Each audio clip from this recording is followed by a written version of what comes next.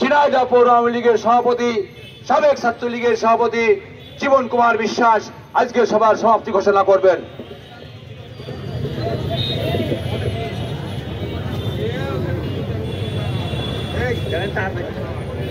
সংগ্রামী ভাইরা, আজকে প্রায় 1 মাস ধরে আমরা মিছিল করছি। আমাদের এই সমাবেশে উপস্থিত ঝিনাইদহ জেলা আওয়ামী লীগের নেতৃবৃন্দ, ছাত্রলীগ, শ্রমিক লীগ, কৃষক লীগ, মহিলা আওয়ামী লীগ, স্বেচ্ছাসেবক লীগের নেতৃবৃন্দ, ঝিনাইদহর গণমানুষের এক অংশ। আমাদের দাবি খুব পরিষ্কার করে আমরা বারবার বলছি। আমরা বলছি কলকাতায় খুন হয়েছে আনারুল আজিম আনার, আমরা সেই হত্যার বিচার চাই।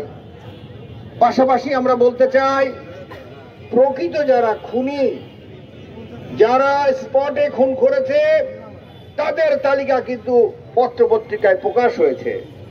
যারা এর নেপথ্যে ছিল, যারা অর্থ দিয়েছে, যারা পরিকল্পনা করেছে, সবার নামই একে একে কিন্তু টেলিভিশন এবং পত্রপত্রিকায় এসেছে। আমাদের নেতা সাইদুল করিম মিন্টু আসামি হয়েছিল শিমুল ভূঁইয়া এবং কাজী কামাল আহমেদ বাবুর 164 ধারার জবানবন্দির মধ্য দিয়ে। গত 4 তারিখে কোর্টে ওনারা তাদের স্বীকারোক্তি প্রত্যাহার করেছে এবং বলেছে পুলিশের নির্যাতনের কারণে এবং পুলিশের শিখায়ে দেওয়ার কারণে আমরা সাইদুল করিম মিন্টুর নাম বলতে বাধ্য হয়েছি।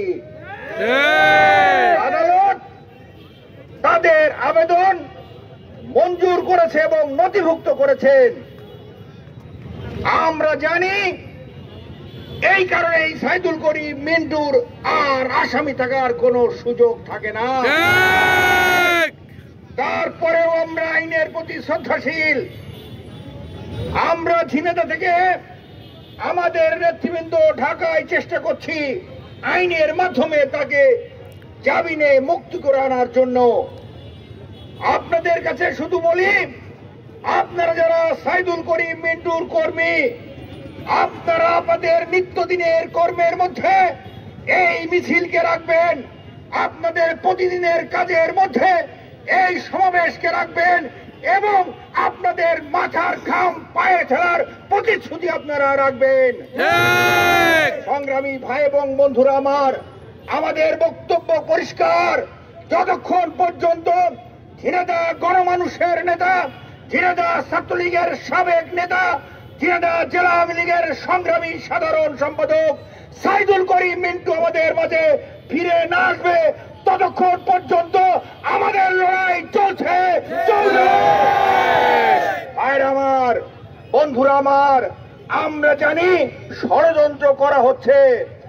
এক সাইদুল করিম মিন্টুকে দাবাতে পারলে ঝিনাইদহ আওয়ামী লীগের রাজনীতিকে দাবানো যাবে।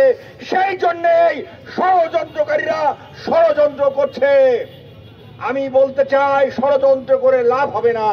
আপনারা পার পাবেন না মিন্টুকে বেশি দিন কারারুদ্ধ করে রাখতে। মিন্টু মুক্তির আন্দোলন চলছে, চলবে। আগামীকাল যথারীতি একই সময়ের মিছিলে আপনারা সবাই আসবেন এবং স্লোগান দেবেন, মুক্তি মুক্তি মুক্তি চাই, মিন্টু ভাইয়ের মুক্তি চাই, মুক্তি মুক্তি মুক্তি চাই, মিন্টু ভাইয়ের মুক্তি চাই। জয় বাংলা। সবাইকে ধন্যবাদ। আজকের কর্মসূচি এখানে শেষ করলাম। সবাইকে ধন্যবাদ।